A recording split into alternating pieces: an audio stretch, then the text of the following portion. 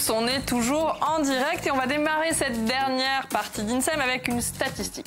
63 millions, c'est environ le nombre d'animaux de compagnie en France. Alors celui qu'on va retrouver le plus souvent, eh bien c'est le poisson. Il est par ici.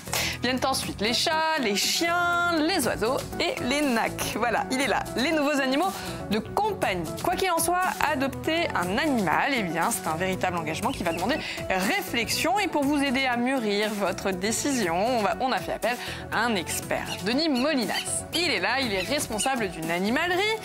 Si vous avez des questions à lui poser, eh bien vous nous appelez au numéro de téléphone qui s'affiche ou alors vous nous écrivez sur Facebook. Si Florian arrive à avoir les mains libres, parce que voyez-vous, chacun a choisi en fonction de ses préférences son petit animal de compagnie pour l'émission. Vous allez relever. Elle a pris le serpent. Mais oui, faites doucement quand même, Mathéo, avec cette petite toi. Allez, si tout le monde est prêt, on va tout de suite tout vous dire avant d'adopter un animal de compagnie.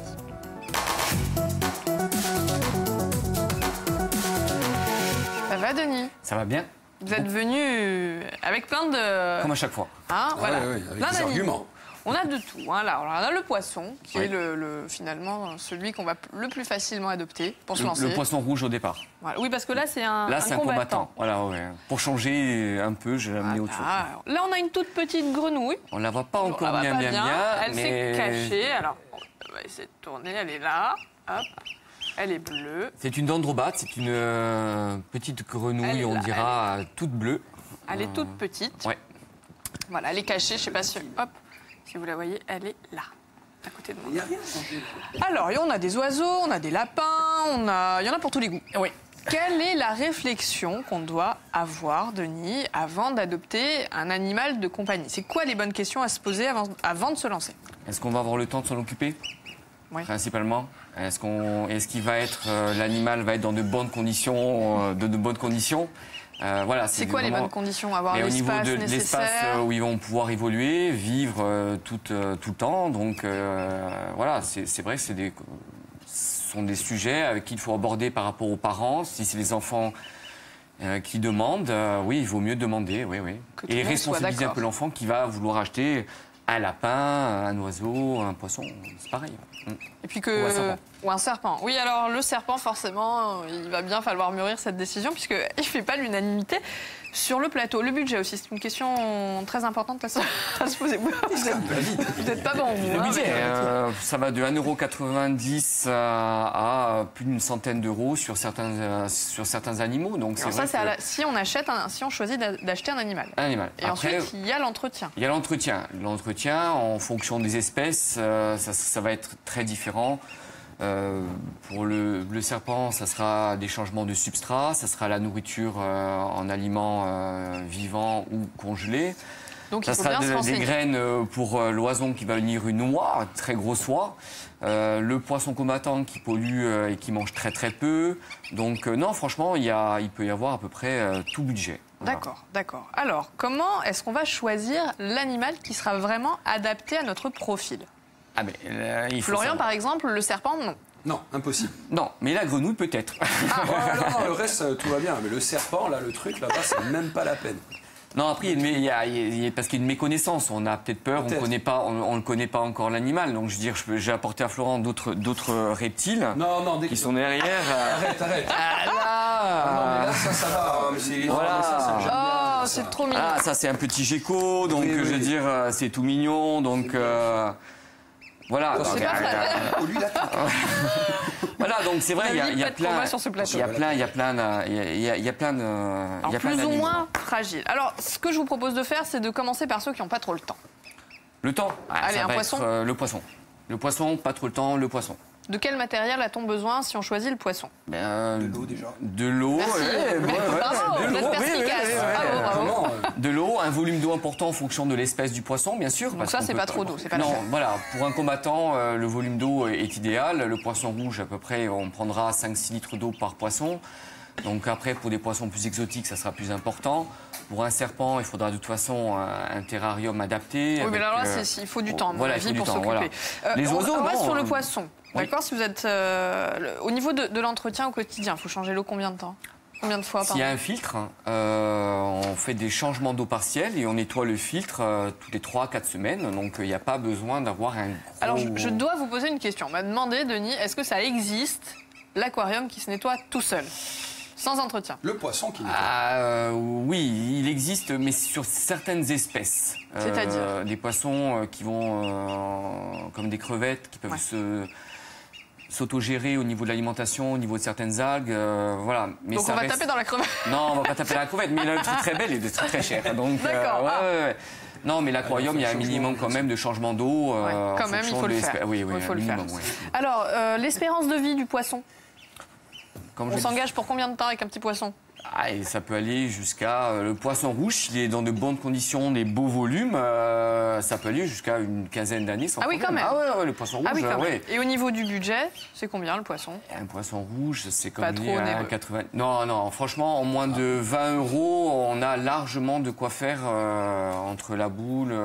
la nourriture, les produits anti-chlore, non. D'accord. Et puis, en plus, il y a l'effet apaisant pour les stresser. Oui, ça c'est vrai, c'est reposant. Voilà, C'est pour vrai ceux que qui n'ont pas certains de ont temps. Voilà. Le soir, l'aquarium est allumé, on peut, si l'écosystème est bien en place, avec des plantes et tout, ça peut être vraiment, vraiment apaisant. Ouais. D'accord. Alors maintenant, pour les plus patients et plus disponibles, un animal qui nécessiterait un petit peu plus d'attention et d'entretien, qu'est-ce qu'on peut choisir? Florian, il est tombé amoureux du lapin, donc le lapin... Ils ont échangé, je ne sais pas si vous voyez, ils ont divorcé. Non, le lapin, il y a un nettoyage hebdomadaire de... Non, mais attends, Denis, je suis en train de te signaler que ton oiseau, là, il bouffe ma tablette. Il est à fond. C'est la curiosité. C'est ça.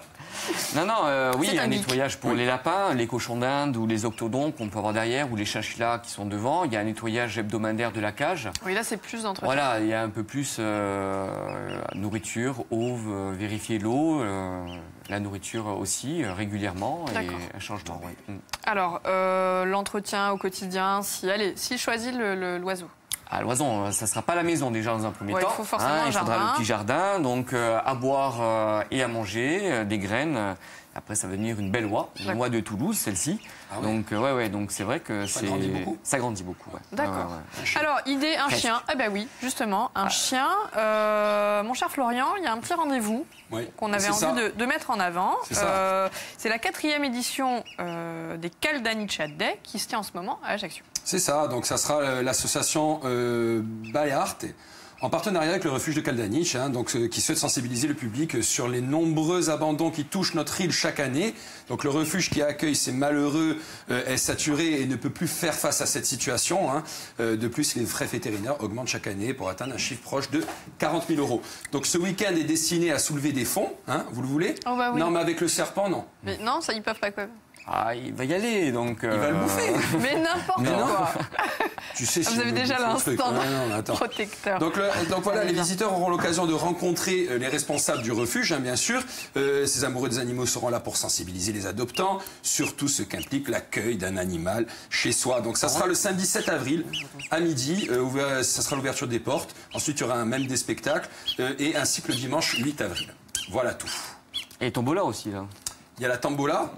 Attention, c'est un Ah aventurier. oui, il y a la Oui, tambola, il y a la grande soirée tambola, exactement. C'est ça, on est partenaire aussi, on a offert des bons d'achat justement pour les animaux à Jardy Leclerc, donc c'est vrai qu'il y a une tombola globale. Et on est bien d'accord que ça sera pour sensibiliser les gens. Tout à fait, oui. On n'adopte pas un animal comme ça. Non, surtout surtout au refuge où là vraiment il y a des bénévoles qui font beaucoup en prenant les chiens. Nous, on offre également des sacs de croquettes quand ils sont abîmés. Donc, c'est vrai qu'il y a besoin, c'est une association aussi qui a besoin vraiment d'aide. C'est vrai. Parce que c'est extrêmement important de réfléchir avant d'adopter un animal. Surtout un chien. N'est-ce pas? Aussi. Alors, pour les novices, revenons-en à notre petite liste. Le rongeur, ça peut être une bonne idée. Oui, facile. C'est facile. Facile. Le rongeur, quel qu'il soit, les petits Ouais. hamsters nains, franchement, très peu d'entretien. Au niveau de l'alimentation, ouais, c'est simple. Oui, franchement, simple. Alors, il y a Très, quand très même à noter que certains rongeurs ont une activité nocturne. Oui, un petit peu. Hein. Le hamster, entre autres, ils font beaucoup de roues la nuit parce que... Ils bouffent les roues la nuit? Non, ils tournent dans la roue. Donc en fait, il ne faut pas le mettre dans la chambre. Hein. On évite. Maintenant, il existe des roues silencieuses, très très silencieuses, et on les entend pas. Mais c'est vrai qu'il vaut mieux éviter d'avoir les hamsters dans les chambres le soir. Ils sont un peu bruyants, inactifs la journée, ils dorment, on se demande s'ils sont encore en vie, mais par contre, ils courent dans la roue la nuit. Ok. Pour les enfants, quel animal on peut choisir? Tout dépend de l'âge. D'accord. En fonction de l'âge, bien sûr, chacun va pas avoir le même réflexe de pouvoir le prendre, de pouvoir s'en occuper. Donc, tu veux bien récupérer ton oiseau parce qu'il part à l'aventure sur la table. Viens Max, viens. Monte sur la main. Donc le rongeur, c'est facile. Le rongeur, c'est facile.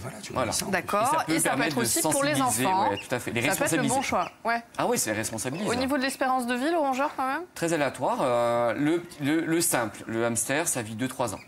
D'accord. Voilà, donc on ne s'engage pas sur de nombreuses années. Le lapin, lui, peut aller à une espérance de vie d'une dizaine d'années. Tu veux un lapin? Les cochons d'Inde. Ouais. C'est vrai? Ah, c'est beau, c'est bien. En tout cas, il est bien. Ouais, il est très très bien. C'est calme. Le lapin bélier, c'est un lapin, ça, franchement, pour les enfants, c'est très très bien. Ça bouge pas, c'est très pâteau, ça garde la même bouille quand il a grandi. Donc franchement, c'est... Mais il faut une cage quand même. Ah. On ne peut pas le laisser en liberté dans la maison. Oui, ça peut ronger les fils électriques. Ouais, c'est pas une bonne idée. Non, pas trop. Puis en plus, c'est apaisant le lapin. Regardez comme il est calme, Mathéo. Bon, ça, c'est l'effet Mathéo. Ouais. N'importe quoi. Alors, pour les aventuriers, les nacs. Les nacs. Ah. Là, oui, c'est vrai que... aventuriers, de jeunes aventuriers, parce que maintenant, il existe beaucoup de jeunes maintenant qui ont 12-13 ans, s'engagent maintenant sur cette voie. Regardez comme il est beau. Ça, c'est quoi, celui-ci? C'est un Lampropeptis. C'est un faux serpent corail. Donc, parce qu'il ressemble au serpent corail qui, lui, est un peu plus... Le vrai, il est chaud. Hein. Il est chaud. Ouais, il est piquant. Il est piquant. Ah, vrai? Voilà. Mais voilà, ça reste... très, très beau. Ça reste... les gutes sont des petites couleuvres, on dira, qui grandissent pas énormément, qui ont besoin d'un terrarium assez facile à mettre en place. Donc, en taille adulte, c'est... Ils sont comme ça dans la grosseur. C'est pas comme le python ou un boa. Ça reste vraiment tout petit. Mais c'est une couleuvre. Ça, oui, on dira que pour faire simple, oui, ça reste une couleuvre. L'espérance de vie de ce serpent, par exemple?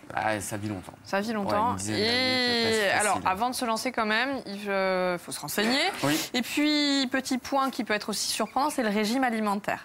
Hein, ça va être des insectes, des rongeurs. C'est ça. Donc il faut se préparer à ça. Oui, alors j'ai apporté également je vais me retourner. Il faut qu'il soit vivant, Denis. Pas toujours. Hein.